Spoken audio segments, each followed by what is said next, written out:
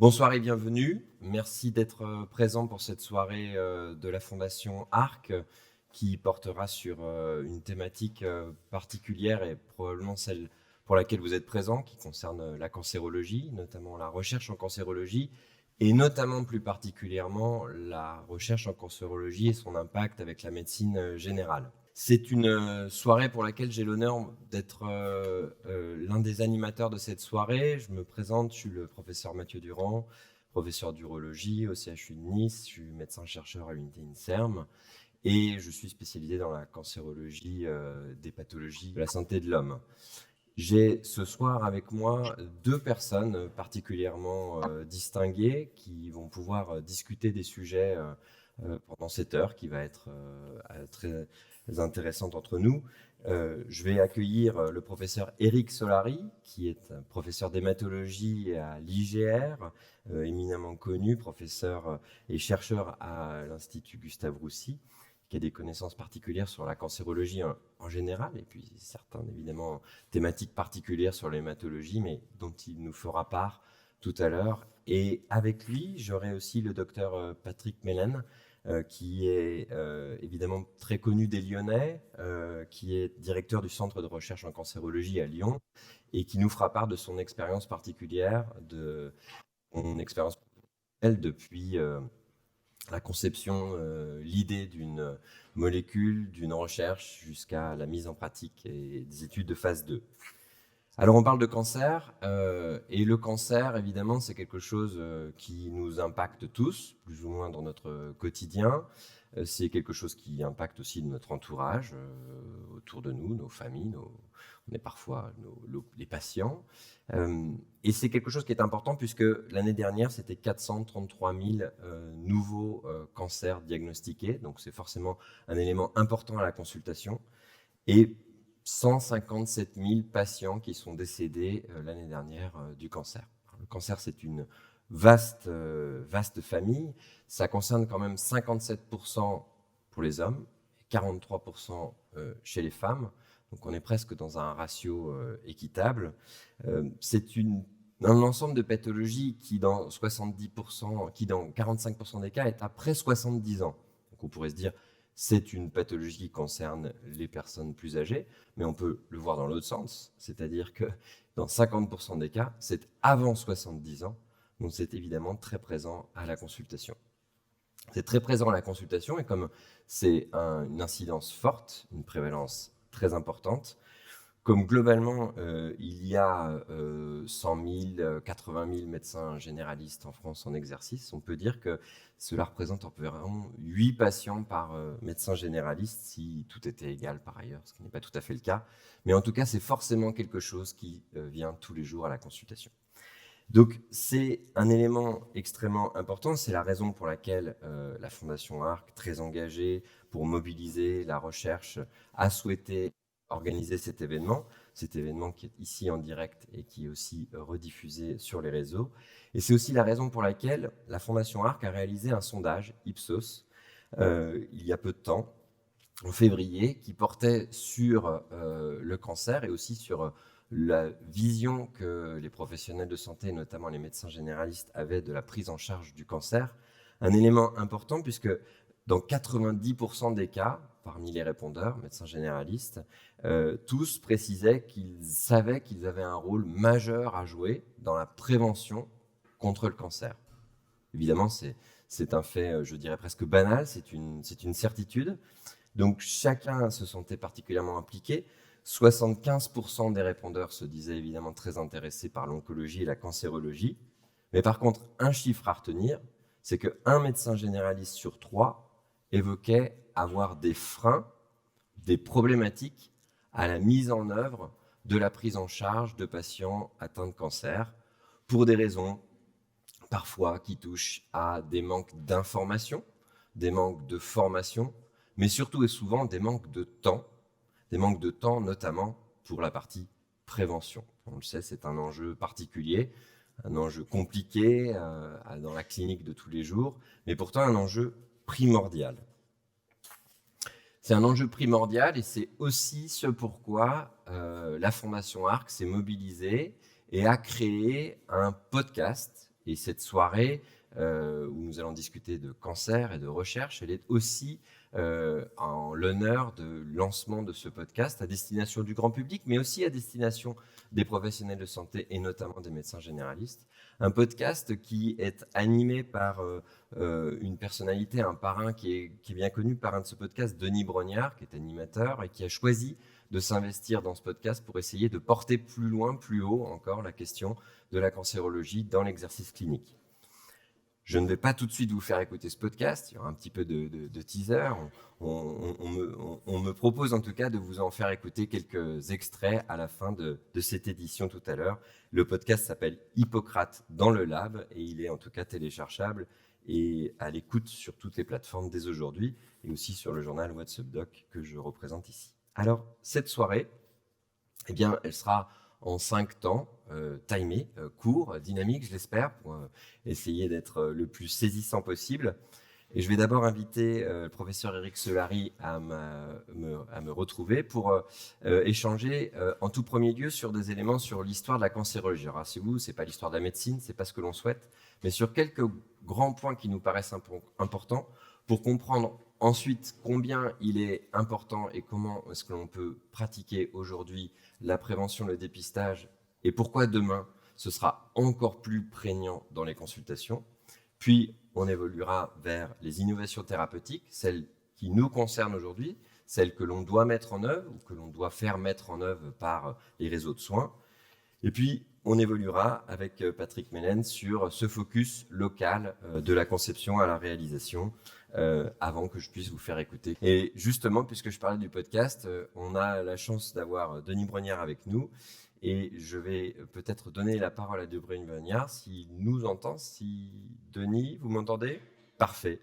Merci d'être avec nous. Je vous laisse la parole quelques minutes juste pour introduire ce podcast pour lequel vous avez souhaité l'accompagner et le lancer. Merci beaucoup. Avant de vous parler de tout ça, je m'excuse de ne pas être avec vous ce soir parce que j'aurais aimé être là, mais malheureusement, je suis très loin de vous dans l'océan Indien avec quelques heures de décalage horaire. Et c'est important en tout cas d'organiser cette soirée et d'avoir mis en place ce podcast. Alors avant de vous parler du podcast Hippocrate dans le lab, je voulais d'abord vous expliquer pourquoi je suis devenu le parrain de cette fondation ARC. D'abord, parce qu'en 1992, et vous l'entendrez d'ailleurs dans un des podcasts, j'ai perdu mon père, j'avais à peine 25 ans et lui, il avait moins de 50 ans, c'est-à-dire qu'il était plus jeune que je suis aujourd'hui. Et c'est important de vous dire ça parce qu'on est 3 frères et qu'on a tous les 3 dépassé les 50 ans, donc on a tous les 3 dépassé l'âge symbolique qui était celui de notre père au moment de son décès d'un cancer du poumon. Et c'est vrai que j'ai toujours été hypocondriaque, mais j'ai aussi toujours été très attaché au cancer et à la recherche sur cette maladie, en me disant que ce n'était pas une fatalité, et en disant qu'avec le talent des oncologues, des cancérologues, le talent des médecins, des chercheurs, en France et partout à l'étranger, on devait réussir à réduire la mortalité, à trouver des process pour finalement soigner un maximum de cancers chez les enfants, chez les adultes et chez les gens plus anciens. J'entendais en préambule effectivement que le cancer concernait pour plus de 50% des cas des gens qui avaient plus de 70 ans, mais donc dans 50% des cas aussi des gens qui ont moins de 70 ans. Donc c'est quelque chose qui me passionne, la recherche. C'est quelque chose aussi qui m'obnubile, le cancer. Et je voudrais vous dire qu'il n'y a pas une journée quasiment qui se passe sans que j'apprenne que quelqu'un dans mon entourage, proche, familial, professionnel, amical, ne soit atteint d'une pathologie cancéreuse. Un exemple, aujourd'hui, j'ai une copine qui a été opérée d'une tumeur au cerveau à l'hôpital de la Pitié-Salpêtrière. J'ai perdu, il y a quelques mois, 3 personnes de mon entourage professionnel, dans l'entourage de l'équipe de production de Koh-Lanta, de cancer. Et je ne parle pas de gens âgés, ce sont des gens qui sont jeunes. La femme d'un collaborateur, 35 ans, 2 collaborateurs qui avaient pour l'un 48 ans, ça s'est déclaré en quelques mois et il est parti très vite, et puis un autre 54 ans. Donc, vous voyez, ce sont des choses qui me touchent beaucoup. Et puis pourquoi la Fondation ARC ? Parce que à l'époque du cancer de mon père, et bien avant même, mon père donnait à la Fondation ARC. Alors la Fondation ARC a eu plusieurs étapes dans sa vie. Il y a une étape tristement célèbre qu'on va oublier, Et puis il y a cette époque aujourd'hui qui est absolument extraordinaire, avec des gens qui sont d'une honnêteté absolue et qui finalement essayent de récolter un maximum de dons et de legs pour offrir cet argent, pour offrir ces moyens à des chercheurs. Et ce que je voulais vous dire à vous, médecin généraliste, qui êtes confronté évidemment au premier chef tout au long de vos consultations à ces enfants, ces adultes, ces personnes âgées qui finalement sont atteints d'un cancer, et c'est vous qui êtes au cœur du premier diagnostic. Ben, je voulais vous dire que cette fondation, elle était formidable, et surtout que les chercheurs et que les médecins, les oncologues, les professeurs français faisaient partie des meilleurs du monde. Je pense à Fabrice André, qui est l'un des tout meilleurs sur le cancer du sein, qui est devenu un de mes amis, avec qui je parle énormément. Vous allez interroger Eric Solari, qui est quelqu'un que je trouve extrêmement brillant et qui a la capacité aussi, et c'est très important, de vulgariser la recherche. Parce que ça, c'est la base. Pour vous, les médecins généralistes, mais pour nous aussi, les béotiens. Si ce sont des termes complètement barbares, eh bien, on décroche. Et vous verrez sur Hippocrate dans le lab, eh bien,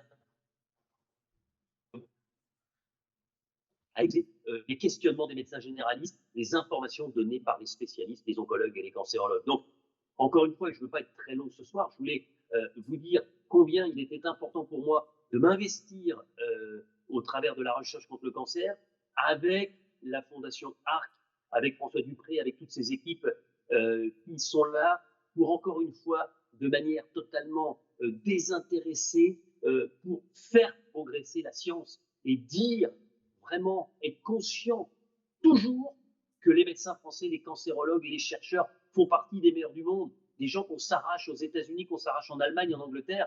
Donc voilà, il faut à un moment ou à un autre que cette fondation, mais il y en a plein d'autres, puisse récolter un maximum d'argent, parce que vous avez beau avoir les meilleurs, vous avez beau avoir la science, si vous n'avez pas d'argent, vous ne parviendrez jamais à faire progresser la lutte contre le cancer. Et moi, je voudrais simplement vous dire une chose. Quand je suis arrivé, on soignait un peu plus d'un cancer sur deux. Et on m'a dit à l'époque, à hauteur de 2024-2025, on en soignera 2 sur 3. Mais je me suis dit, c'est magique. Parce que généralement, quand on parle de recherche, on parle pour nos enfants, nos petits-enfants et les générations futures. Là, on parle pour nous. On parle pour les gens qui sont aujourd'hui dans la vie et qui se disent, tiens, peut-être qu'un jour, eh bien, je ferai partie de cette frange de la population qui pourra, grâce à la recherche, eh bien, survivre à un cancer quel qu'il soit. Bref, voilà, vous dire que je regrette de ne pas être avec vous dans cette ville qui m'est chère, puisque c'est la ville de ma maman et de l'un de mes frères. Lyon, quelle belle ville. Mais vous dire que je suis toujours très impressionné, très honoré de pouvoir être au contact de médecins. Vous voyez, aujourd'hui, j'ai fait un trail avec une femme qui est médecin. J'ai croisé quelqu'un que j'avais rencontré dans une autre compétition de trail. Et je lui dis, mais vous faites quoi dans la vie? Je suis médecin généraliste. Qu'est-ce que c'est beau d'être médecin généraliste? Parce que c'est vous qui êtes au cœur du dispositif. C'est vous qui êtes la courroie de transmission première avant qu'on soit avec les spécialistes. Donc, ce soir, j'espère que vous allez apprendre plein de choses. Et puis, surtout, à travers le podcast Hippocrate dans le lab, eh bien, vous allez peut-être avoir des réponses aux questions que vous vous posez. Parce que c'est ça qui est formidable. Quand on est un médecin généraliste, on aborde tous les sujets, mais on n'a forcément et évidemment pas toutes les réponses. Donc, grâce aux oncologues, aux cancérologues, et grâce aussi à ce podcast, j'espère que vous serez encore plus amené à être pertinent et performant avec vos patients qui ont besoin non seulement de réponses concrètes, médicalement parlant, qui ont besoin aussi de toute votre attention psychologique lorsqu'il faut leur annoncer que finalement ils sont atteints de ce mal qui se soigne aujourd'hui beaucoup plus qu'hier et beaucoup moins que demain, mais ce mal qui nous terrorise tous un petit peu, pour nos proches, pour nos collègues, nos collaborateurs ou nos amis. Donc, je vous souhaite une excellente soirée et encore une fois, toute mon énergie pour les médecins, les chercheurs. Vous êtes de grands hommes et de grandes femmes pour demain et pour que l'humanité puisse être encore plus belle et que la vie, on puisse le dire encore plus, que la vie est belle et que le cancer se soigne. Merci. Merci beaucoup. Ce message important de conviction qui va du coup nous donner la parole pour pouvoir continuer. Je reçois donc le professeur Eric Solari. Et Eric, mes premières questions vont d'abord être sur globalement, peut-être un rappel assez simple pour poser le décor d'une sorte de fresque historique de l'histoire moderne de la cancérologie aujourd'hui, Eric. Oui, merci Mathieu pour l'introduction. Donc peut-être la première chose, c'est qu'il y a quelques mois, la Fondation ARC avait organisé un webinaire avec des adhérents d'une mutuelle. Et la question que je leur avais posée, c'est est-ce que vous pensez que le cancer est une maladie de la civilisation ou est-ce que c'est une maladie qui est intrinsèque à l'espèce humaine? Et j'avais été surpris de voir que 70% ont répondu c'est une maladie de la civilisation. Ce qui me suggère qu'il y a une énorme culpabilité associée à, en fait, c'est une maladie liée à nos comportements, on se comporte mal et un jour on a le cancer, voilà, c'est comme ça. Ce qui est évidemment pas vrai du tout. La trace la plus ancienne de cancer qu'on ait trouvée, elle est chez un hominidé, c'est même pas encore un homme, c'est il y a 1 700 000 ans, dans une grotte d'Afrique du Sud, qu'on a trouvé des traces de sarcome sur un os. Alors, c'est pas facile de trouver des restes de cancer dans les restes humains, puisque c'est souvent dans les tissus mous, mais là il y avait des traces sur un os d'un sarcome chez un hominidé. Et après, on a retrouvé des traces dans les momies, on a trouvé des traces en Perse, etc. Après, c'est Hippocrate qui a créé le terme. Vous savez, 500 avant Jésus-Christ, c'est le premier qui parle de cancer, son histoire de crabe, et il parle au départ d'un cancer du sein, ensuite c'est le premier qui fait une classification par organe, et c'est le premier qui fait une proposition physiopathologique. Il dit le cancer, c'est une rétention d'humeur. Il parle de bile noire, ça devait être un peu nécrotique ce qu'il avait tripatouillé, et donc voilà, c'est une rétention de bile noire. Et en fait, la physiopathologie d'Hippocrate, elle va tenir le coup pendant 2400 ans. Pendant 2400 ans, on dira que le cancer, c'est une rétention d'humeur. D'ailleurs, de toute façon, on confondra le cancer avec les verrues, les hémorroïdes et tout ça. Enfin, tout ce qui fait des boules, c'est de la rétention d'humeur et c'est des cancers. Voilà. Donc, on met du temps avant de comprendre ce dont il s'agit. Et donc, on situe le début de l'histoire de la cancérologie moderne au milieu du 19e siècle. À ce moment-là, il y a une invention magistrale qui a été faite déjà 2 siècles avant, qui était le microscope, mais au début c'était un bout de bois avec une loupe au bout, donc on ne voyait pas grand-chose. Mais il s'améliore d'année en année, et au bout de décennie en décennie, et à la fin, au début du 19e siècle, on peut enfin voir qu'un cancer s'est fait avec des cellules. C'est la fameuse théorie cellulaire de Virchow, l'anatomopathologiste allemand, qui lance le début de l'histoire de la cancérologie. Et comme à même époque, aux États-Unis, l'anesthésie commence à se développer, le premier traitement du cancer apparaît à peu près au milieu du 19e siècle avec le développement de la chirurgie cancérologique. Et puis après, vous allez voir, ça évolue tous les 50 ans. L'étape suivante, 50 ans plus tard à peu près, c'est la découverte des rayons X par Röntgen, du radium par les Curie, et très vite, mais vraiment très très vite, et d'ailleurs en France, on utilise ça pour traiter des cancers, c'est le début de la radiothérapie. Et puis ensuite, les chimistes commencent à faire de la chimie de synthèse. D'abord, ils l'utilisent pendant la Première Guerre mondiale pour faire du gaz moutarde, et puis les Américains qui viennent soigner les blessés disent c'est bizarre, ceux qui ont respiré du gaz moutarde, ils n'ont plus de globules blancs, ça peut peut-être servir. Et donc, ils retournent à leur pipette et finalement, ils mettent au point les premières chimiothérapies testées dans les leucémies à peu près au milieu du XXe siècle. Voilà. Et puis ensuite, c'est Watson et Crick qui découvrent la structure de l'ADN. C'est le début de la génétique et de la biologie cellulaire. Pendant 50 ans, les chercheurs font de la génétique et de la biologie cellulaire, mais la chimiothérapie progresse à peine. On utilise toujours les mêmes drogues, ça ne bouge pas, jusqu'à 2000. Première thérapeutique ciblée allant directement neutraliser une anomalie génétique qui caractérise une cellule cancéreuse. Entre-temps, on a montré qu'un cancer, il y avait toujours des anomalies génétiques au niveau de l'ADN dans les cellules malignes. Donc on a des thérapeutiques ciblées. Et très vite, on enchaîne toujours sur les progrès de la biologie cellulaire moléculaire et on arrive à l'immunothérapie qui est maintenant le cinquième type de traitement qu'on peut utiliser en cancérologie. Et donc, pour nous, Fondation ARC, Recherche sur le cancer, la question c'est quelle va être la prochaine grande découverte qui va nous faire avancer d'un cran, trouver une nouvelle option thérapeutique en cancérologie. On en a 5 pour l'instant, quelle serait la prochaine? Et si on veut résumer très rapidement, je dirais que le pari que font beaucoup de personnes pour les 50 ans qui viennent, c'est que notre capacité à manipuler des quantités de données considérable, qui est une chose complètement nouvelle. Il y a 20 ans, vos malades, vous faisiez un bilan biologique, vous aviez 20 chiffres et vous vous débrouillez avec ça. Aujourd'hui, quand on fait un bilan de cancer, on passe dans des machines qui vous sortent des milliards de chiffres parce qu'on a fait des analyses génétiques, épigénétiques, éventuellement protéomiques, éventuellement métabolomiques. On a des analyses d'images qui utilisent aussi de nouveaux outils. Et tout ça va être brassé, analysé.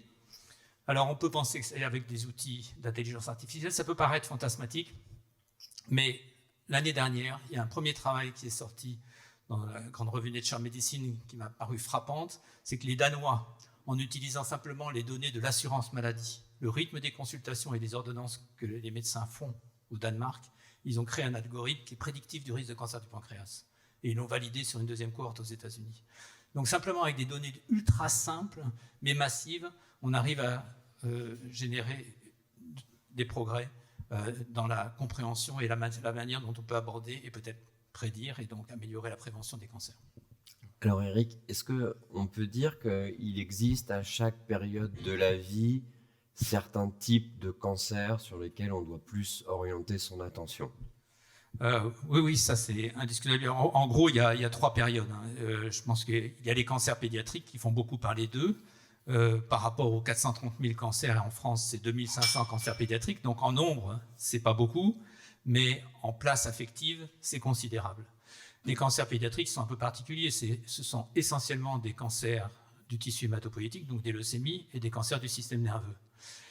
Les raisons pour ça ne sont pas extrêmement claires, mais ce sont des tumeurs particulières qui surviennent souvent par des mécanismes relativement simples. C'est-à-dire qu'il y a très peu d'événements génétiques, d'événements moléculaires nécessaires pour qu'une cellule se transforme et donne un cancer chez l'enfant. Ce sont des événements moléculaires très forts qui génèrent la tumeur et dans des tissus particuliers. Donc ça nécessite des études spécifiques et la recherche en cancérologie pédiatrique est particulièrement active à travers le monde. Il y a une deuxième période qui est la période jusqu'à l'âge moyen de survenue des cancers. L'âge moyen de diagnostic d'un cancer en France, c'est 66 ans chez l'homme, 67 ans chez la femme. Donc il y a toute la période entre des adultes jeunes, 25 ans, et ces 67 ans, où on parle parfois de mort prématurée de cancer, c'est-à-dire qu'on meurt avant la moyenne habituelle de survenue de ces maladies. Et ce n'est pas juste un artifice de description, c'est aussi parce qu'il y a des cancers un peu particuliers, semble-t-il, qui surviennent à cet âge, et surtout l'épidémiologie actuelle envoie des signaux un peu inquiétants sur les cancers de la sphère digestive, les cancers de l'œsophage, du foie, du pancréas, etc., dont l'incidence augmente très rapidement pour des raisons que personne n'explique correctement pour l'instant. Donc il y a ces cancers de l'adulte jeune qui sont en augmentation, qui semblent obéir à des règles épidémiologiques qu'on ne maîtrise pas encore bien. Et on peut dire que la troisième catégorie sont les cancers plus âgés, sont plutôt des cancers liés au vieillissement des tissus, liés au fait, le cancer c'est une maladie intrinsèque à l'homme qui, d'une certaine manière, accompagne le vieillissement des tissus dans un certain nombre de cas. Ça ne veut pas dire que c'est désespérant parce qu'on progresse aussi beaucoup dans la biologie du vieillissement. Ces 40 dernières années, il y a eu des progrès considérables pour comprendre ce que c'est que vieillir, ce que c'est qu'un tissu qui vieillit, ce que c'est que la sénescence cellulaire, comment elle est régulée, etc. Et on commence à intervenir sur le vieillissement. C'est-à-dire le sérum de jouvence, c'est plus complètement fantasmatique. Il y a des essais qui viennent d'être lancés pour essayer de prévenir, de modifier les effets du vieillissement sur les tissus. On sait qu'en particulier, pour donner un exemple très simple, dans nos tissus en vieillissant, on accumule, disons que, je vais essayer de reprendre autrement, disons qu'en permanence, on renouvelle nos cellules, et nos cellules entrent en sénescence, et habituellement, une cellule qui entre en sénescence, elle s'arrête, elle a une espèce d'arrêt métabolique, elle reste là, mais quand on est jeune, le système immunitaire vient l'éliminer et nettoie le tissu. Quand on vieillit, notre système immunitaire il vieillit avec nous, il y a aussi de la sénescence dans le système immunitaire, donc il est moins doué pour enlever les cellules sénescentes. Et donc, plus on vieillit, plus on accumule des cellules sénescentes dans nos tissus. Les cellules sénescentes, c'est des cellules très inflammatoires qui crachent des cytokines inflammatoires. Elles ne se divisent plus, mais elles crachent des cytokines inflammatoires. Donc elles créent. Vieillir, c'est devenir de plus en plus inflammatoire. Et l'inflammation, c'est un merveilleux promoteur de cancer. Donc ça explique qu'il y ait ce lien entre vieillissement et cancer. Si on arrive à éliminer les cellules sénescentes, et on commence à avoir des médicaments sénolytiques, on va faire un peu comme sur nos disques durs, on va défragmenter nos tissus, nettoyer les cellules sénescentes et peut-être ralentir l'émergence d'un certain nombre de cancers. C'est en tout cas une voie de recherche extrêmement active. Donc on a bien compris le panorama global, on a bien compris l'évolution chronologique et puis on a bien compris que le cancer est vraiment quelque chose qui malheureusement quelque part accompagne toute la vie de l'homme. C'est donc quelque chose forcément qui se présente aux consultations de tous les jours. Ça veut dire que nous, thérapeutes, on doit avoir un impact dessus pour l'identifier, l'éviter. Il y a donc toute une logique de dépistage et de prévention. Ce sujet est un sujet qui n'est absolument pas simple dans la pratique clinique quotidienne, notamment parce que la prévention primaire, qui consiste à empêcher la survenue de la maladie, doit venir en amont de tout signe indicateur de cette pathologie. C'est un sujet important parce que dans le sondage Ipsos qui a été réalisé par la Fondation ARC, il a été identifié que cette question de la prévention représentait un dilemme fort pour la médecine du quotidien, la médecine générale. Un dilemme important parce que les moyens de lutte sont parfois complexes à appréhender pour le médecin. Alors justement, quels sont les moyens concrètement que l'on peut avoir dans sa consultation sans oublier quelque chose, sans passer à côté de quelque chose au quotidien? Alors, bon, c'est un vaste sujet et un sujet essentiel. Il y a certainement un aspect très intéressant dans le sondage qui est que les médecins généralistes répondent en disant on aurait besoin de temps pour des consultations de prévention. Et c'est clair que l'approche de prévention, elle nécessite une interaction assez approfondie avec des personnes qui ne sont pas encore forcément nécessairement des patients, pour essayer de détecter et de personnaliser les recommandations qu'on va faire. Alors, si on regarde le panorama global, aujourd'hui, on considère qu'il y a à peu près 40% des cancers pour lesquels il y a un risque modifiable. On pourrait monter un peu la barre. Il y a en plus 10% de cancers avec des facteurs génétiques de prédisposition constitutionnelle. Et puis le reste, il y a les effets du vieillissement qu'on a évoqués tout à l'heure, qui sont peut-être un facteur modifiable ou qui le seront peut-être dans les décennies qui viennent. Si on s'intéresse, réglons d'abord peut-être le problème de la génétique. Donc il y a un certain nombre de prédispositions génétiques. On a tous un patrimoine génétique et certains d'entre nous sont plus prédisposés que d'autres à faire des cancers. Il y a des prédispositions très fortes qui sont bien connues. Vous savez, la mutation BRCA1 qui a été popularisée par Angelina Jolie, qui a mis sur la table sa mutation constitutive, qui l'a amené à titre préventif à se faire enlever les seins et les ovaires et à se faire surveiller de façon extrêmement rapprochée. Ça, c'est une première situation. Donc, il y a un certain nombre de gènes comme ça qui sont mutés constitutivement dans des familles, qui sont des gènes de prédisposition très fortes à des cancers. Donc, à ce moment-là, il y a beaucoup de membres dans la famille qui sont touchés. C'est des prédispositions assez bien identifiées maintenant. Et la question qui se pose maintenant est de savoir, une fois qu'on l'a identifié et qu'on l'a expliqué à des gens qui ne sont pas encore malades, comment on fait pour les accompagner, pour prévenir des étapes. Et donc, on progresse dans ce domaine, d'abord en termes de rythme de surveillance qui peut être adapté à ce qu'on a identifié, et puis éventuellement à des recommandations, voire peut-être, et c'est la question qui se pose la suite, c'est est-ce qu'on pourra même donner des médicaments qui vont diminuer le risque. La question peut se poser. Elle est déjà utilisée, par exemple, avec l'aspirine ou des anti-inflammatoires pour certaines personnes qui ont des prédispositions au cancer colique, parce qu'ils ont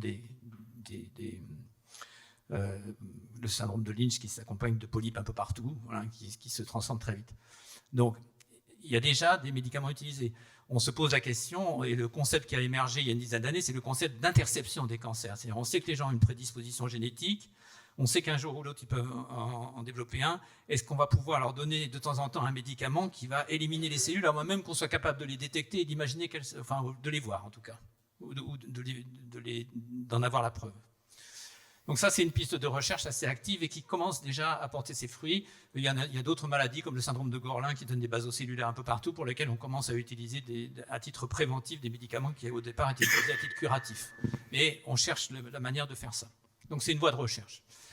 Ensuite, il y a des prédispositions génétiques qui sont beaucoup plus faibles, mais qui sont plus nombreuses dans la population. Celles-là, c'est beaucoup plus compliqué à gérer, et pour l'instant, on n'a pas encore de bonnes mesures, mais il est probable que dans l'avenir, on va utiliser ces connaissances des prédispositions génétiques pour rythmer le dépistage qu'on va proposer aux patients. Aujourd'hui, on a un dépistage systématique, vous connaissez le système, mammographie tous les 2 ans de 50 à 74 ans, test immunologique sur les selles de 50 à 74 ans chez les hommes et les femmes, et surveillance gynécologique pour le col. Ça, c'est le dépistage organisé, rythmé, le même pour tout le monde. La grande question, c'est est-ce qu'un jour, et je pense qu'on y vient, on va personnaliser le dépistage. Et ça sera un rôle important du médecin généraliste que de comprendre quels sont les facteurs de risque chez un patient donné, comment vous vivez, quelle est votre histoire familiale, est-ce qu'on fait un test génétique pour voir s'il y a quelque chose, et est-ce qu'on adapte ensuite le dépistage à ça. C'est vers quelque chose de cette nature que l'on se dirige, même si aujourd'hui, ce n'est pas le cas. Hein, on n'est pas en train de faire, mais simplement, c'est l'objet d'essais, en particulier à l'échelle européenne. Par exemple, dans le cancer du sein, il y a 85 000 femmes qui ont été enrôlées, la moitié à la mammographie tous les 2 ans, la moitié à une mammographie à un rythme fixé en fonction de ses données de vie et des données génétiques.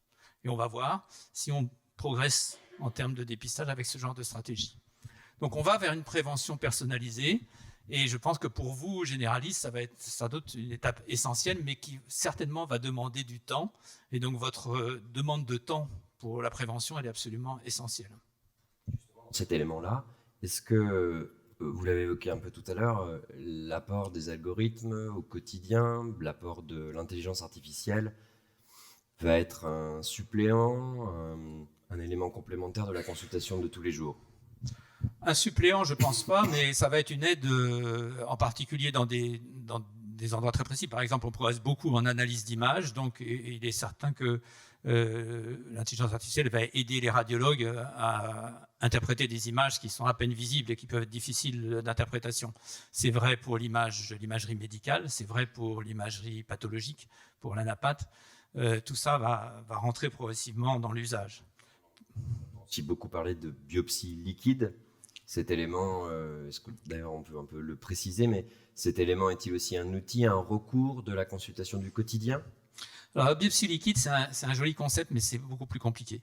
Parce que le principe de la biopsie liquide, c'est au lieu d'aller biopsier les gens quand on pense qu'ils ont quelque chose dans un tissu, c'est de dire on va le chercher dans le sang. On va chercher dans le sang des morceaux d'ADN, parce que toute tumeur qui se développe dans un tissu, il y a des cellules qui meurent et de l'ADN qui passe dans le sang, et on peut détecter de l'ADN muté, et ça donne une indication de la présence de la tumeur. Si on fait ça en dépistage, c'est compliqué parce que imaginez que vous faites une prise de sang, vous trouvez un ADN muté avec une mutation, on va prendre un gène qui est très connu qui est P53, et puis voilà. Ben, où est-ce qu'est la tumeur? Les mutations de P53, ça peut se voir dans toutes les tumeurs humaines. Donc si vous tombez là-dessus, c'est pas un outil de dépistage très accessible aujourd'hui parce que ça suffit pas, quoi. Il va falloir faire quelque chose d'autre. Donc la biopsie liquide en dépistage pur, aujourd'hui, c'est pas faisable parce qu'on risque de tomber sur des anomalies dont on ne saurait pas d'où elles viennent, et là, c'est la panique générale.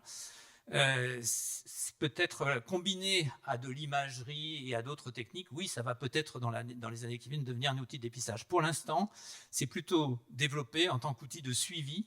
Lorsqu'on a identifié une tumeur, on sait quelles sont les mutations, et ensuite on traite, on voit si la réponse est bonne, et la biopsie liquide permet de voir si on a vraiment complètement éliminé toute trace d'ADN muté dans le sang, et ça c'est probablement une indication de suivi intéressante qui permet aussi de voir venir ensuite les rechutes un peu plus vite. Et je reviens sur l'exemple du BRCA1 qui a été évoqué tout à l'heure. C'est une recherche de mutation. C'est quelque chose aussi que l'on doit rechercher à la consultation en médecine générale et adresser vers un oncogénéticien, vers un oncologue, surtout dans les personnes de la famille, c'est-à-dire l'entourage qui ne sont peut-être pas encore malades. Quelle est la conduite à faire ici en termes de prévention? Autre sujet ultra délicat. Donc, en fait, on ne peut pas, bille en tête, demander un test génétique comme ça à un patient. Il faut que ça passe par un oncogénéticien. Donc, il y a une histoire familiale qui laisse suspecter qu'il peut y avoir une cause génétique. Je pense qu'il faut que ça soit analysé par quelqu'un qui a l'expérience de la génétique et en particulier de l'oncogénétique pour le faire dans des conditions appropriées et savoir exactement ce qu'il faut aller chercher. Parce que ce sont des tests assez sophistiqués pour l'instant et assez complexes. Le danger, ça serait que tout le monde se fasse séquencer son génome, se retrouve avec sa liste de ses mutations constitutives et se débrouille avec ça après, ce qui est bon courage évidemment pour la plupart des gens qui vont se retrouver avec des mutations difficiles. Donc vraiment, il faut que ça passe par les oncogénéticiens pour tout ce qui est prédisposition, et quand il y a un doute, il y a des consultations d'oncogénétique, c'est une spécialité bien particulière qui connaît les règles et qui en plus est connectée à toutes les questions d'éthique qui accompagnent ça, puisqu'une fois qu'on a découvert une mutation, mais ça je pense que tout le monde en a probablement l'expérience, après la question c'est qu'est-ce qu'on fait avec la famille, on l'annonce pas, il y a des patients qui veulent surtout pas qu'on l'annonce, comment il faut se positionner en fonction du degré de risque, et en fonction aussi de ce qu'on va avoir à proposer derrière, c'est-à-dire que annoncer puis n'avoir rien à proposer, ça reste un problème compliqué. Donc il y a énormément de questions autour de la façon de gérer ça, et énormément de cas particuliers, et c'est pour ça qu'on a besoin des oncogénéticiens pour aider à gérer ces diagnostics génétiques très difficiles. Je reviens sur le vieillissement qui a été un point que tout à l'heure vous aviez évoqué. C'est un élément inéluctable, même si on arrive peut-être à le repousser un peu, mais c'est un facteur de risque donc de survenue de cancer. Dans quelle mesure, du coup, aujourd'hui, il est modifiable pour repousser, reculer, éviter certaines survenues? Alors, bon, aujourd'hui, il ne l'est pas, mais il commence peut-être à l'être. C'est ça en fait la question. Bon, le meilleur moyen de vieillir sainement et lentement, on va dire, c'est la restriction calorique. Bon, c'est pas tout à fait notre monde. Donc, mais c'est ça, dans tous les modèles qui soient, le meilleur moyen de vieillir plus lentement, c'est la restriction calorique. Bon, maintenant, c'est vivre mal, mais vivre longtemps. Donc, c'est pas forcément la meilleure solution. Après, il y a des pistes. Hein. Le vieillissement, c'est très associé au métabolisme, aux voies de l'insuline, aux voies du sucre. Les Japonais centenaires qui ont été très étudiés, parce qu'il y a ces Japonais qui vivaient 120 ans, ça intriguait tout le monde, qui ne faisaient pas de cancer en plus, parce qu'il y a une espèce de lien avec ces gens qui ont une extrême longévité et le fait de ne pas développer de cancer. Et donc, en fait, leur tissu vieillit très peu et ils ont un polymorphisme génétique qui touche un facteur qui s'appelle FOXP3, qui est un facteur qui régule le métabolisme de l'insuline. Et donc, ils ont un métabolisme très particulier qui les protège des effets du vieillissement. Donc, ça commence à jouer. Et dans les essais qui se développent, en particulier, certains testent la metformine à titre de, donc un antidiabétique, à titre de manière de prévenir les effets du vieillissement. Donc, il y a des voies de cette nature. Est-ce que ce sont les bonnes? Et puis, il y a ces fameux sénolytiques que j'évoquais tout à l'heure qui, eux, sont faits plutôt pour détruire les cellules sénescentes. Et il y a quelques autres voies. Donc, on commence à connaître les voies métaboliques. Et l'idée, c'est que si on arrivait à ralentir les effets du vieillissement, et aussi à le mesurer, mais ça, je peux dire un mot après là-dessus, mais déjà, ralentir les effets du vieillissement, c'est d'ailleurs pas seulement une manière de prévenir le cancer, c'est une manière de prévenir toutes les maladies chroniques associées au vieillissement d'un coup. Donc, avec une seule approche, on peut avoir un effet préventif beaucoup plus global. Là encore, pour des médecins généralistes, ça serait, le jour où on aura ces solutions à évoquer, à proposer, ça va changer le panorama. Donc, voilà. Et j'avais en tête le fait qu'une autre voie de recherche actuellement, c'est de mesurer notre âge biologique. Donc, c'est sur une prise de sang. Il y a des équipes de recherche, en particulier quelques équipes très pointues aux États-Unis qui travaillent là-dessus, qui, avec des marqueurs, tantôt des protéines, tantôt des marqueurs épigénétiques, arrivent à calculer un âge biologique. Et donc, certains d'entre nous ont un âge biologique inférieur à l'âge civil, d'autres supérieur à l'âge civil. Et c'est peut-être une manière complémentaire et surtout beaucoup moins chronophage que le bilan gériatrique classique chez les gens qui sont un peu âgés. Avant de traiter un cancer, souvent on fait un bilan gériatrique, une évaluation gériatrique, avec 10 spécialistes qui vont chacun donner leur avis. Ça prend énormément de temps et d'énergie, c'est finalement pas très bien fait. Et peut-être que si on arrive à trouver des marqueurs biologiques de vieillissement qui donnent une espèce de panorama un peu comme ça, aujourd'hui c'est encore du fantasme, mais c'est peut-être aussi une voie pour guider le choix des thérapeutiques anticancéreuses chez les personnes les plus âgées, par exemple. De l'ordre du fantasme, aujourd'hui, on voit beaucoup la démultiplication des applications de tout genre sur les smartphones et autres. Et je fais cette petite digression, mais la prévention, c'est souvent la détection de facteurs environnementaux qu'on n'a pas forcément établis, de sa propre pression cardiaque ou autre. Les applications iPhone, e-santé ou autres, est-ce que c'est quelque chose que demain, à votre avis, en médecine générale, du quotidien, on pourrait être amené à recommander? Je suis sûr qu'il y a des patients qui posent la question aujourd'hui, parce que peut-être cet outil, il permet d'avoir la détection de facteurs favorisants qu'on n'aurait jamais même imaginé identifier ou dont on n'aurait pas voulu poser la question en consultation. Alors ça, c'est sûr qu'on va vers quelque chose de cette nature. L'Europe s'y emploie activement. Donc l'Europe s'est emparée de la santé quand même. Ça, c'est quelque chose qui n'était pas le cas. C'était une Europe économique. D'ailleurs, elle s'empare de la santé pour des raisons économiques. Elle s'empare du cancer pour des raisons économiques parce que comme l'incidence va monter considérablement dans les années qui viennent et que les traitements sont de plus en plus nombreux, de plus en plus chers, les systèmes de santé vont dans le mur. Donc l'Europe s'est d'abord intéressée pour des raisons économiques et finalement s'est dit on va monter, on va réfléchir plus globalement en termes de santé et ils sont en train de préparer ce qu'ils appellent le Europe Health Data Space. Donc c'est discuté en ce moment au Parlement, c'est d'une très grande complexité. J'ai reçu les textes là il y a quelques jours, c'est 330 pages de textes législatifs. Bon, c'est assez indigeste. Mais tout ça pour dire que l'Europe s'empare du sujet et ce qu'elle prépare, alors il y a plusieurs objectifs. L'un d'entre eux, c'est comme on va avoir besoin de données massives, c'est de faire circuler les données en Europe. Or, pour l'instant, on est quand même très bloqué par le RGPD, etc. Donc, c'est pas simple.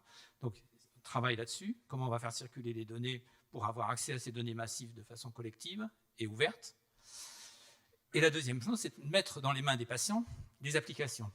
Et donc, en ce moment, un des objectifs, un des projets européens, c'est d'avoir une application sur le téléphone avec quatre parties, je crois. Donc, il y a une partie avec des informations générales, une partie avec le dossier médical du patient qui lui est propre, sur lequel il pourra renseigner, des dossiers avec des recommandations qui lui sont faites et un dialogue avec son médecin, et un dossier pour donner accès ou pas accès aux données qui lui, à tout le monde, à ces données de santé, à tout le monde, évidemment de façon anonymisée et dans un contexte qui est en train d'être créé, mais à permettre que ces données soient utilisées pour la recherche. Voilà. Donc tout le monde, alors dans combien de temps? Je ne sais pas, est-ce qu'on est à une échelle de 10-15 ans, c'est quelque chose comme ça, aura sur son téléphone cette application avec ses données de santé. À côté, maintenant, il y aura le permis de conduire, paraît-il, et puis la carte d'identité, mais il y aura aussi toutes les données de santé et la possibilité d'autoriser les chercheurs à utiliser les données de santé pour des interrogations sur des données massives. Il semble que c'est quand même un élément sans doute clé parce que les facteurs environnementaux sont présents au quotidien et ça ne pourra jamais être le médecin qui au quotidien vit avec le patient et son entourage. On est dans un sujet d'innovation, c'est au cœur de l'actualité, c'est le lien avec la recherche.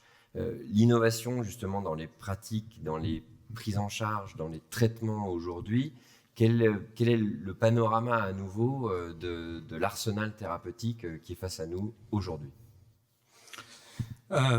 Donc, on a évoqué tout à l'heure les 5 outils qu'on a à disposition, donc la chirurgie, la radiothérapie, la chimiothérapie, les thérapeutiques ciblées et l'immunothérapie. Dans chacun de ces domaines, des progrès sont faits. Vous êtes chirurgien, la chirurgie robotique explose, la radiothérapie va devenir de la radiothérapie flash, avec très peu de séances, des calculs de doses extrêmement précis, tenant compte des mouvements, etc. Donc dans chaque domaine, on progresse. Voilà, j'utilise quelquefois la comparaison on peut améliorer toutes ces bougies, il faut inventer une électricité, une nouvelle façon de faire de l'électricité. C'est ça c'est le travail de Patrick, et de découvrir la prochaine étape dans la thérapeutique anticancéreuse. Voilà, on en est là. Mais dans chacun de ces domaines, on est en train de continuer à progresser. En particulier en immunothérapie, puisque c'est la plus récente, c'est évidemment un domaine en pleine explosion. Et l'une des raisons pour lesquelles l'immunothérapie fait tellement parler d'elle, c'est qu'il y a un changement conceptuel majeur. Jusqu'à maintenant, les 4 autres approches thérapeutiques, elles vont droit sur la cellule cancéreuse et la détruisent. Avec l'immunothérapie, on va chercher, vous savez bien, les défenses de la personne. Donc, on passe d'une vision de la cancérologie qui a toujours été, qu'on appelait réductionniste, c'est-à-dire le cancer, c'est une cellule qui a des altérations génétiques, qui est là et qui pousse toute seule, et il faut s'attaquer à cette cellule qui pousse toute seule. Et aujourd'hui, on a une vision holistique, c'est-à-dire que pour 2 raisons, je vais essayer de vous l'expliquer. Vision holistique, parce que d'abord, on va chercher d'autres cellules de l'organisme pour éliminer la tumeur, mais aussi, et peut-être qu'il faut insister là-dessus, parce que c'est peut-être pas encore assez connu, parce que ça date de 2015 seulement, mais c'est une découverte que je trouve fondamentale, c'est que dans les cellules cancéreuses, on a décrit des altérations de gènes qu'on appelle des oncogènes depuis. C'est des gènes de cancer, quoi. Quand ils sont mutés, ils donnent le cancer. Les oncogènes. Et avec les techniques de séquençage génétique qui n'ont cessé de progresser depuis 2000 en particulier, et qui permettent maintenant d'aller au niveau d'une seule cellule et de faire l'ensemble du génome. Bon.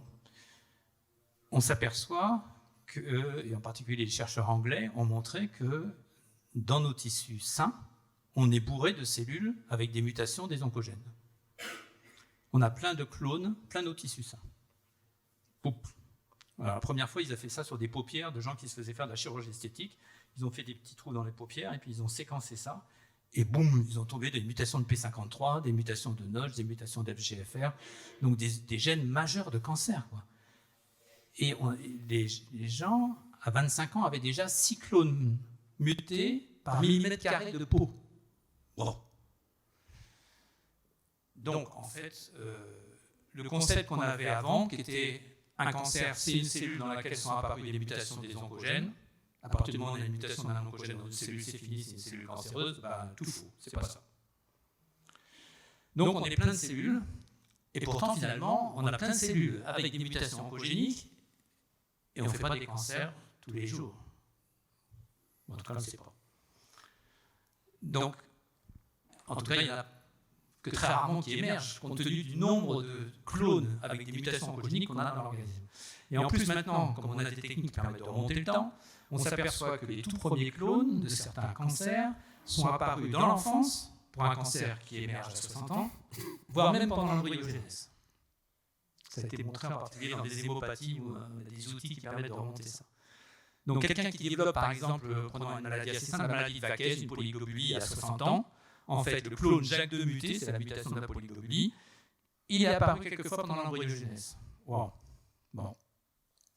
Donc un cancer, ce n'est pas juste une cellule qui acquiert des mutations, c'est autre chose. Donc il y a une question d'environnement. Il faut qu'à un moment donné, le tissu autour du cancer soit devenu permissif. Donc la vision réductionniste, elle ne tient plus. Il faut absolument être holistique. Il faut prendre en compte le tissu qui est autour. Et donc, un des sujets de recherche actuelle, c'est de comprendre toute la composante inflammatoire que j'ai déjà évoquée, qui probablement à un moment donné joue le rôle de promoteur sur un de ces clones qui existent. Alors la plupart probablement disparaissent, entrent en sénescence, etc. Mais ce qui est frappant, c'est que quand les chercheurs de Cambridge s'étaient amusés à refaire l'expérience sur beaucoup d'autres tissus, en particulier sur l'œsophage, à différents âges, et on voyait que en milieu de vie, on a déjà 50% de nos tissus qui sont envahis de clones. Donc il y en a énormément. Et ces clones, ils ne donnent pas de cancer, donc à un moment donné, ils doivent entrer en sénescence, être plus ou moins éliminés et de moins en moins bien par le système immunitaire, et créer de l'inflammation. Donc voilà, ça participe au vieillissement, ces clones. Et de temps en temps, il y en a un qui émerge, peut-être par une part de hasard, plus de promoteurs. Et pour terminer là-dessus, l'année dernière, les Anglais encore ont publié dans Nature un papier en disant que les particules de diesel, ces microparticules, comment ils appellent ça, de 2,5, je ne sais pas quoi, qui est dans l'air du fait des moteurs diesel, finalement, c'est exactement ça qu'elles font. L'effet toxique de ces particules, c'est qu'elles arrivent sur des muqueuses bronchiques qui sont déjà pleines de clones. Si on a fumé, elles en ont encore plus et elles sont encore plus mutées. Et elles jouent le rôle de promoteur. Je termine avec juste une histoire expérimentale parce que je trouve qu'elle illustre bien quel est le problème. Parce que c'est une vieille histoire, c'est une chercheuse qui travaillait sur un virus qui donne le cancer, le virus du sarcome de Rousse, un virus qui a été découvert au début du XXe siècle. Et puis elle injectait son virus du sarcome de Rousse dans l'aile du poulet pour donner une tumeur. Et puis elle injecte son virus, pas de tumeur. Wow. Et puis lui vient l'idée d'aller sur l'autre aile et de frotter avec un produit un peu agressif qui déclenche de l'inflammation. Poup, la tumeur émerge à ce moment-là. Donc pour qu'une tumeur émerge, il faut qu'il y ait un tissu qui soit un peu permissif. Donc un cancer, ce n'est pas juste une cellule malade, c'est une cellule malade dans un tissu qui lui a donné la permission de pousser. Et la manière de l'aborder maintenant en recherche, c'est de comprendre qu'est-ce qui fait émerger les tumeurs. Comment ça se fait qu'un tissu tout d'un coup devienne permissif? Qu'est-ce que ça veut dire? Comment ça se passe? Et aujourd'hui, on est encore dans le flou dans beaucoup d'aspects de cette interaction entre la cellule et son environnement. Ça veut dire quand même qu'on a beaucoup de situations dans lesquelles on vit avec le cancer, naissant, pas encore déclaré, peut-être qu'il ne se déclarera pas. Ouais. Il y a une illustration de ça que le neurologue doit connaître. Il y a des autopsies qui ont été faites chez des gens qui ont eu des accidents de la route et on a fait des autopsies de la prostate. Et entre 20 et 30 ans, je crois, on ne trouvait rien. Mais à partir de 30 ans, on commence à trouver des petits carcinomes ici de temps en temps. à 50 ans de plus en plus, etc. Et donc voilà, on vit sans doute avec des petits carcinomes qui sont longtemps contrôlés par le tissu environnement, il faut les laisser faire.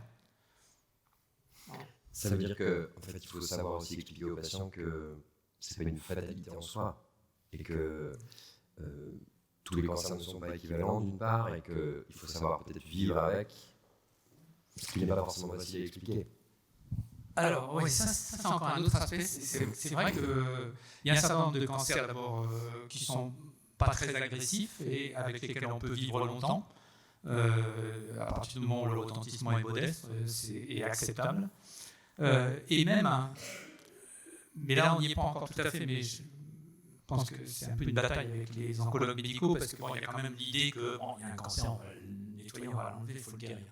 Mais peut-être qu'en particulier chez les gens les plus âgés, et c'est difficile la prise en charge des cancers chez les gens les plus âgés, alors la population va vieillir, donc c'est un vrai problème de fond. Chez les gens les plus âgés, est-ce qu'il faut absolument s'acharner à guérir la tumeur, quitte à déclencher des effets secondaires et des risques majeurs, ou est-ce qu'il faut simplement ralentir la progression et contrôler les choses ? Et si on raisonne comme ça, peut-être qu'on va, en qualité de vie en particulier, de gens qui sont atteints de tumeurs, on peut accepter, si la qualité de vie est satisfaisante, on peut accepter de dire, bah oui, il y a bien un cancer quelque part, mais on contrôle, et on arrive à chroniciter quand même beaucoup un certain nombre de cancers. Donc cancer, pathologie chronique, ça, on est tous bien au fait des choses. Aujourd'hui, si on devait donner un chiffre, si les patients nous demandaient à la consultation, on en guérit combien de cancers? Aujourd'hui, on considère qu'on guérit 60% des cancers et on a beaucoup travaillé au sein de la Fondation ARC pour ne pas balancer des messages d'espoir inutiles. Mais si on regarde avec les épidémiologistes, on a appelé le CIR, le Centre de recherche sur le cancer, international de recherche sur le cancer, qui sont des épidémiologistes avec des données dans le monde entier, etc. Prévoir qu'on guérira 3 cancers sur 4 en 2035 paraît plausible, accessible. C'est déjà beaucoup. Ça veut dire du coup guérir, on dit vraiment guérir, et donc on peut vivre après aussi. Alors même que, justement, vous aviez dit qu'on vit quand même toujours un peu avec. Donc, du coup, voilà, il y a une certaine ambiguïté. Non, en fait, bon, d'abord, il y a toujours la question de la rémission longue et de la guérison. Évidemment, c'est un sujet. Il y a toujours cette ambiguïté et les statistiques se font toujours sur des 5 ans maintenant. Les Américains montent à 10 ans. Donc ça veut dire quand même qu'on progresse, n'empêche. Le fait rien que l'idée de reculer la barrière suggère que si on est capable de la reculer, c'est qu'on sent qu'on y est. Donc je pense qu'on progresse réellement. Non, mais en fait, ce qui a émergé récemment, c'est que puisqu'on guérit 60% des cancers, il y a 60% de gens qui vivent et qui ont eu un cancer. Or, le traitement du cancer lui-même, la maladie, mais le traitement du cancer lui-même a des effets. Et un des effets des traitements des cancers, c'est qu'ils accélèrent le vieillissement. Si on prend les paramètres de vieillissement et qu'on les mesure chez des gens qui ont été traités, on voit que cette espèce de fatigue chronique qui est souvent décrite par des gens qui ont eu un cancer, etc., ce sont des paramètres de vieillissement, d'où encore l'intérêt de travailler sur le vieillissement et sur la façon d'en limiter les effets. C'est aussi important pour les survivants de cancer, c'est-à-dire quand même qui vont représenter la majorité des patients maintenant. Ça, c'est un premier aspect. Le deuxième aspect, c'est que maintenant qu'on en guérit beaucoup, on travaille aussi sur la désescalade thérapeutique dans un certain nombre de cancers. Parce que si on peut guérir, et maintenant il y a quelques tumeurs qu'on arrive à guérir, par exemple, sans aucune chimiothérapie, alors que c'est des formes assez avancées, avec des médicaments ciblés, avec des combinaisons de médicaments ciblés et d'immunothérapie. Et on commence à avoir des résultats de cette nature, qui vont probablement, on l'espère, réduire les effets à long terme du traitement et permettre aux gens de retrouver une qualité de vie quasi normale après. C'est l'espoir. C'est l'objectif. Une dernière question encore. On a l'impression, du coup, c'est pas l'impression, c'est une certitude, c'est un bouillonnement évolutif de thérapeutique et de nouvelles voies. On n'a pas évoqué l'environnement proche professionnel des médecins autour et la nouvelle possibilité de délégation et de nouveaux acteurs, d'infirmiers ou infirmières de pratique avancée. Juste un élément sur ce sujet-là, quel est son rôle dans ce tissu de relation avec le médecin généraliste, l'oncologue, l'oncogénéticien? Alors, ça, c'est un autre élément extrêmement important. Je pense que pour les médecins généralistes, ce qui est en train de se passer en cancérologie doit être un peu vertigineux, parce qu'il y a plus de 1000 médicaments qui sont laissés en permanence dans le monde, quasiment dans chaque catégorie de médicaments, c'est les thérapeutiques ciblées, et peut-être 1000 autres dans les immunothérapies et les différentes formes. C'est manifestement impossible de suivre énormément de médicaments qui ont été mis sur le marché dans les dernières années, avec des effets secondaires qui leur sont spécifiques et pas encore très bien connus, et pas encore complètement bien enregistrés. Donc, c'est vertigineux. Alors, comment faire face à ça? Je pense que ce qui est en train de se dessiner, c'est des nouveaux parcours de soins et des nouvelles façons de prendre en charge les patients à l'hôpital pour que le médecin généraliste ne se prête pas tous sur le dos quand les patients sont sortis. C'est d'abord le développement de nouveaux métiers infirmiers, donc les infirmières de pratique avancée qui vont par exemple rester en contact téléphonique avec les malades. Et il y a déjà des études qui ont été faites et qui montrent que c'est un bénéfice considérable que de pouvoir téléphoner aux malades toutes les semaines ou tous les 15 jours ou tous les mois, selon le type de traitement et les effets secondaires, simplement pour les aider à tenir, à vérifier qu'ils ont bien pris le médicament, à expliquer, à aider pour les effets secondaires. Ce qui peut libérer le médecin généraliste et lui permettre de se consacrer à d'autres tâches d'accompagnement des patients traités. Cet aspect qui est très spécifique du médicament lui-même et qui nécessite énormément de spécialisation peut être géré à partir de l'hôpital, même si le patient est suivi et traité en ambulatoire. C'est vraiment quelque chose, le changement de parcours de soins et le maintien d'un contact pour les aspects très spécifiques entre l'hôpital et le patient devrait éviter, j'espère, enfin vous me direz ce que vous en pensez, mais peut-être éviter cette impression d'être débordé par le nombre de nouveautés qui émergent quasiment tous les mois, parce que le nombre de médicaments enregistrés, c'est vraiment important. Peut-être, avant de donner la parole à une success story lyonnaise, j'aimerais peut-être juste proposer éventuellement distribuer la parole s'il y avait des questions sur ces éléments ou sur ce vertige notamment qui est évoqué du nombre de thérapeutiques en cours ou de la difficulté peut-être à être informé, bien renseigné. C'est peut-être quelque chose au quotidien parmi les médecins qui sont dans la salle qui représente un élément complexe du quotidien pour lequel vous avez déjà fait face ou pour lequel vous avez peut-être eu des expériences ou des anecdotes ou des solutions. Si peut-être quelqu'un, c'est un petit peu audacieux ce que je fais, mais peut-être que quelqu'un veut échanger ou rapporter une problématique sur une prise en charge, si c'est une prise en charge bien sûr régulière ou quotidienne. Et peut-être je suis trop présomptueux et il n'y aura pas de courageux qui prendront le micro, ce qui va me donner la possibilité, pendant que vous méditerez à cette question-là, de laisser la parole à Patrick Mellen, qui incarne ici justement la possibilité d'avoir des idées pour changer, pour pouvoir évoluer, passer des concepts thérapeutiques que l'on a vus vers des formes peut-être du quotidien de demain, écrire la nouvelle voie de traitement qui pourrait être celle des patients de demain.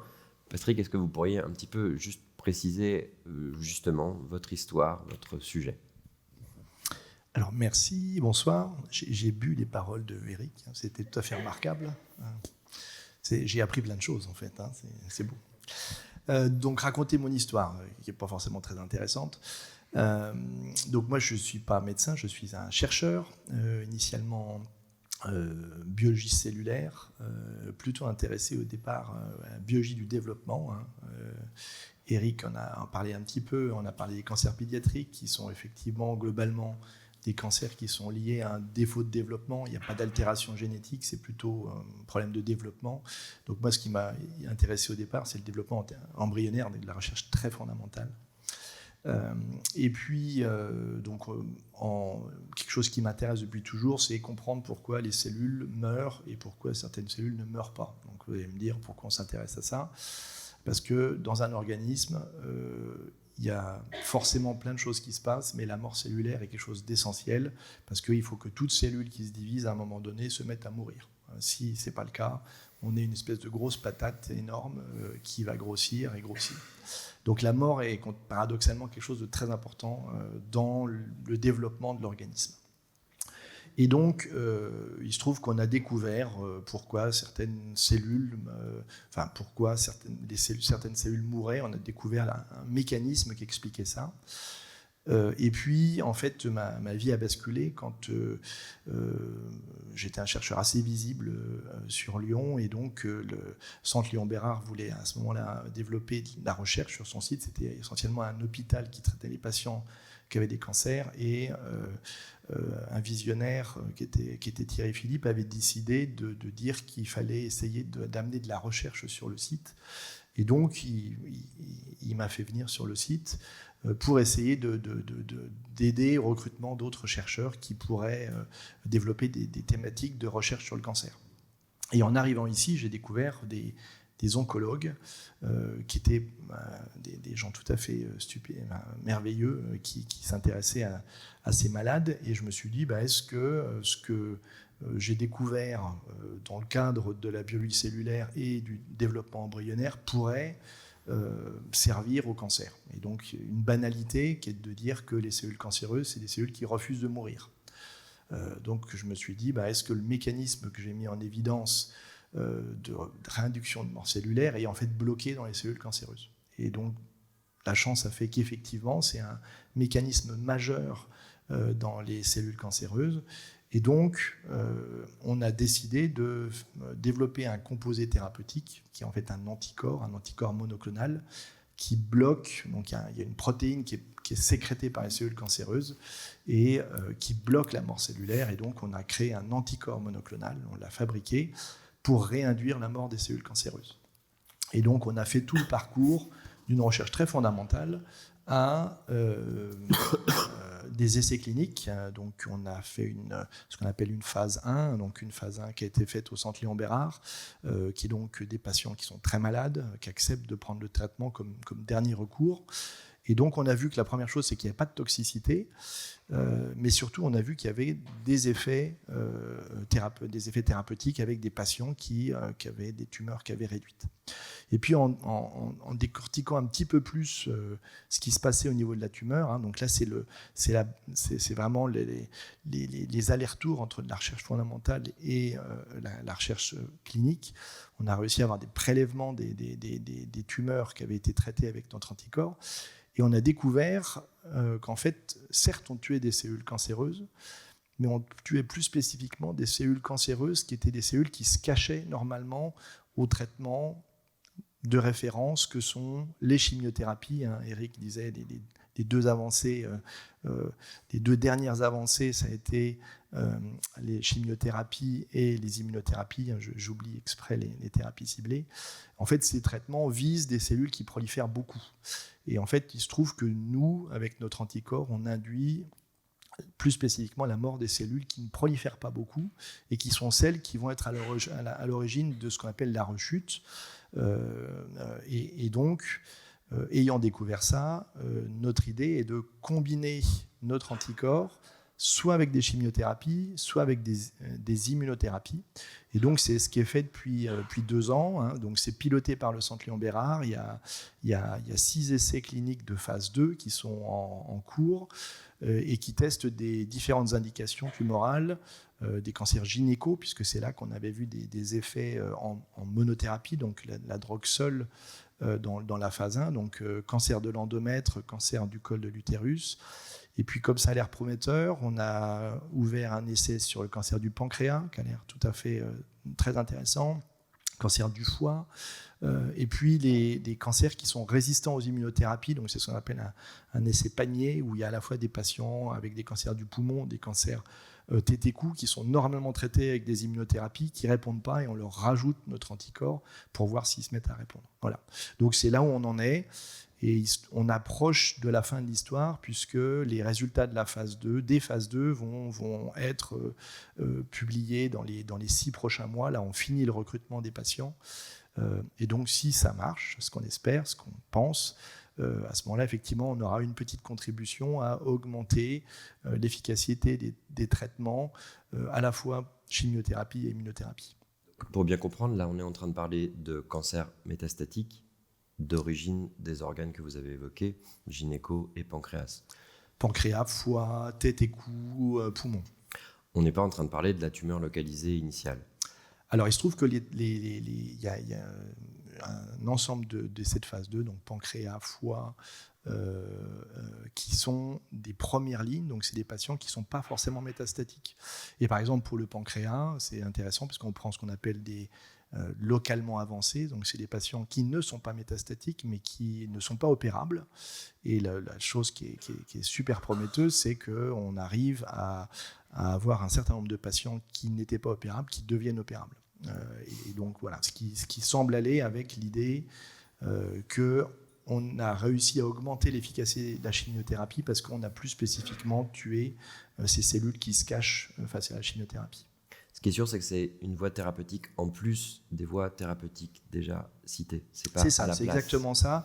Et peut-être en complément de ce que disait Eric tout à l'heure, je pense que c'est aussi vers là qu'on va, c'est-à-dire que de plus en plus, on s'oriente vers des traitements en combinaison. Pourquoi ? Parce que c'est comme le rasoir Wilkinson. Au départ, on avait des pubs avec une lame. On se rendait compte que ça repoussait. Après, on a eu 2 lames. Et puis, je sais pas, on est arrivé à 5 lames. L'idée, c'est effectivement de multiplier les impacts de façon à, dès la première fois, limiter des cellules résiduelles, des cellules qui se cachent, qui vont produire des paramètres inflammatoires qui vont être à la base de la rechute. Si on peut éliminer ça tout de suite, on aura donc des rechutes qui vont être retardées. Vous me parlez de l'âme, donc du coup ça me parle un petit peu en tant que chirurgien. Du coup, je m'interroge, je me dis, avec les éléments qui ont été évoqués par Eric et les vôtres, la place des thérapies qui sont physiques, comme la radiothérapie pour la tumeur localisée ou la chirurgie, si on se projette, ça n'aurait peut-être plus de place dans quelques décades, dizaines d'années. Je crois que la chirurgie, c'est encore le meilleur moyen de régler le problème du cancer. On reste quand même... Ça. Ok, pour aujourd'hui. Vous avez encore du travail pendant un petit moment. Si on se projette, effectivement, on peut imaginer que... déjà, c'est le cas dans certains cas, on n'opère pas, parce que soit c'est trop tard, soit c'est pas possible. Et donc, effectivement, dans tous ces cas, effectivement, la chirurgie va devenir de moins en moins primordiale, peut-être. Pour la radiothérapie, c'est amusant parce qu'en fait, il y a eu la radiothérapie, on est en train de changer de mode de radiothérapie, mais on fait aussi ce qui est très à la mode en ce moment, qui émerge, qui n'existait pas il y a 5-6 ans, c'est ce qu'on appelle la radiothérapie vectorisée, c'est-à-dire qu'on va coupler des radioéléments à des drogues qui vont emmener la radioactivité, le radioélément, vers la tumeur. Et donc, il y a des effets qui sont, vous devez connaître ça avec le cancer de la prostate, le Glutatera, qui est quelque chose qui permet effectivement d'envoyer une radiation locale sur les cellules tumorales, ou en tout cas dans la masse tumorale, et qui permet d'avoir des efficacités intéressantes. Donc, en gros, on va quelque part transformer la radiothérapie classique dans une radiothérapie qui sera associée à moins d'effets indésirables et plus vectorisée. Et donc, en fait, ce que l'on comprend, en tout cas, c'est que l'évolution, en tout cas pour les 20 années qui viennent peut-être, c'est la combinaison de multiples traitements. C'est en fait avoir un catalogue. Alors, Eric le mentionnait, on est en parallèle avec une caractérisation moléculaire de plus en plus avancée. Donc, quand les patients rentrent en consultation, on fait des biopsies liquides, des biopsies solides. On fait de la caractérisation moléculaire, donc on a une information gigantesque sur les altérations génétiques, les paramètres immunologiques, ce genre de choses. Et en même temps, pour l'instant, on a un nombre de drogues. Donc Eric disait qu'il y a 1000 essais cliniques en cours, mais en fait, il y a très peu de classes de médicaments différents. C'est globalement toujours la même chose. C'est aussi l'industrie pharmaceutique qui veut ça. On prend assez peu de risques, donc on a toujours tendance à vouloir faire la même chose que les autres, parce qu'on est sûr que ça marche. Donc il y a encore peu de catalogues de médicaments différents qui ciblent des altérations différentes. Donc avec l'ensemble de ces avancées, de la recherche qui prend des nouveaux paradigmes, on parlait de la sénescence tout à l'heure, avec les sénolytiques, il y a des thérapies qui visent les cellules du micro-environnement. Eric disait expliquant en quoi le micro-environnement est super important pour permettre le développement des tumeurs. Donc cibler le micro-environnement, c'est quelque chose d'essentiel. Des nouvelles molécules qui vont cibler cette plasticité, donc là, le fait que des cellules se cachent face au traitement, et bien tout ça, ça va être un arsenal qui va être possible d'utiliser en fonction de la caractérisation. Donc on va faire une espèce de match entre ce qu'on sait de la tumeur, ce qu'on sait du patient et des différentes drogues qu'on a à disposition. Plus on a de drogues, plus on aura de chances d'avoir d'efficacité. Je reviens sur un autre aspect de votre exposé. Les anticorps monoclonaux, on a vu l'angle efficacité, mais on a parlé tout à l'heure de qualité de vie et de vivre avec le cancer ou de vivre après le cancer. J'imagine aussi qu'il y a quand même aussi une certaine tolérance ou une intolérance à ce traitement, à cette voie-là, qui se surajoute à d'autres toxicités peut-être, puisqu'on est dans des traitements combinés. Alors, j'imagine que c'est aussi testé dans les phases, c'est le but. Aujourd'hui, comment vous concevez ce traitement? Est-ce que la tolérance, elle est par rapport aux études en cours? Est-ce que c'est quelque chose qui semble être un point faible ou est-ce que c'est quand même un point fort de cette thérapeutique? Alors la beauté de la chose, c'est que c'est un point fort, c'est que pour l'instant, on n'a pas de toxicité. Il y a plus de 300 patients qui ont été traités, certains pendant plus de 3 ans, et on n'a pas de toxicité.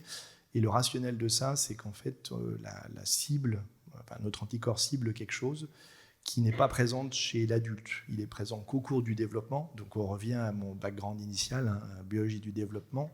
Donc c'est une protéine qui n'est importante qu'au cours du développement embryonnaire. Par exemple, chez la souris, si on l'enlève au cours du développement embryonnaire, la souris, l'embryon ne se développe pas. Si on l'enlève chez l'adulte, il ne se passe absolument rien. Donc en fait, le traitement n'est pas toxique parce qu'il semble toucher uniquement cette protéine qui est présente que dans les cellules tumorales. Donc pour l'instant, on ne voit pas ça comme un frein. Tout à l'heure, vous disiez que c'était l'aboutissement bientôt des phases en cours. Ça veut dire que donc l'étape d'après, c'est quoi? L'étape d'après, c'est ce qu'on appelle la phase d'enregistrement. Donc c'est le tester sur c'est beaucoup plus de patients et dans de multiples pays pour pouvoir le prescrire à tout le monde. Là, pour l'instant, on parle des essais de phase 2. On a un essai, c'est 200 patients, l'autre, c'est 50 patients, l'autre, c'est 100 patients. Donc c'est un petit nombre de patients. Donc on est encore dans l'étape de recherche. L'étape d'après, ça sera plus une étape industrielle, puisque là, il faut produire des tonnes de médicaments, de candidats médicaments et le tester à grande échelle. Donc là, justement, en ce moment, c'est une étude multicentrique française, ou peut-être même européenne, enfin des études multicentriques européennes, issues au départ du point de départ du centre Lyon-Mérin, exactement. Et qui ensuite se diffusent dans les centres promoteurs. Demain, ça passe forcément du coup dans l'industrie pharmaceutique la production de masse. C'est ça. Exactement. Ça, ce sera l'étape d'après si la phase 2 est concluante. Et concluante, voilà. Ce que l'on vous souhaite. Ce qu'on vous souhaite à tous. Ça me donne l'opportunité de dézoomer un petit peu et puis de revenir sur ce sujet de lancement de podcast qui nous réunit aussi aujourd'hui, qui a été présenté tout à l'heure avec conviction, on l'a vu, par le parrain de ce podcast, Denis Brognard, et qui me donne l'opportunité de peut-être vous faire écouter un petit peu quelques séquences, si vous voulez bien le lancer. Sonia et Jean sont médecins. Et comme tous les médecins généralistes, dans leur pratique, ils peuvent être confrontés au cancer. Je me demande d'ailleurs si aujourd'hui, il existe un dépistage systématique pour les personnes à risque comme les... Mais d'ailleurs, on en est où sur les nouveaux traitements pour le cancer? Est-ce qu'un jour, on va pouvoir parler de guérison? C'est au cœur des laboratoires que s'écrit l'avenir de la lutte contre le cancer. Hippocrate dans le lab, c'est le podcast qui fait le lien entre les médecins et les chercheurs. Alors pour identifier les personnes à risque, il y a pas mal de moyens différents actuellement.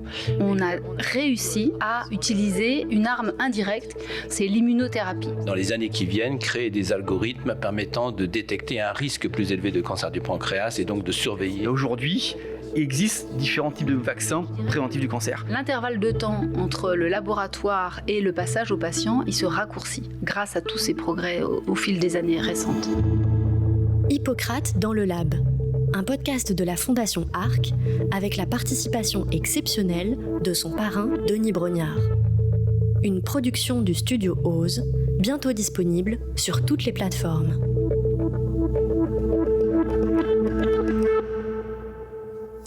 Eh bien, c'est même pas bientôt disponible, c'est ce soir disponible si vous voulez le télécharger chez vous en rentrant ou le faire découvrir aussi à vos patients. Ça me donne l'opportunité de conclure sur cette soirée et sur ces deux formidables interventions pour lesquelles je remercie Eric et puis je remercie Patrick pour avoir partagé avec nous la vision de leur travail, de leur exercice, de ce que la cancérologie est aujourd'hui dans le quotidien de la clinique, de ce que ce sera demain, sans doute en soulevant des points et des questions que vous posez vous-même, que l'on retrouve d'ailleurs et que l'on vient d'entendre dans ce podcast qui donne en écho un petit peu ces interrogations en tant que professionnel de santé que l'on peut avoir et qui sont parfois le miroir de celles que nous pose le patient à la consultation. Ça me donne l'opportunité de remercier la Fondation ARC pour cet investissement depuis de nombreuses années, et on l'espère pour de nombreuses années encore, avec le succès que ça portera pour lutter contre le cancer. De remercier aussi l'ensemble du public et des médecins présents ici pour être venus et avoir assisté à ces deux moments de conférence, puis à l'ensemble de l'équipe technique qui a permis cette réalisation. Merci à tous et je vous souhaite une très bonne soirée.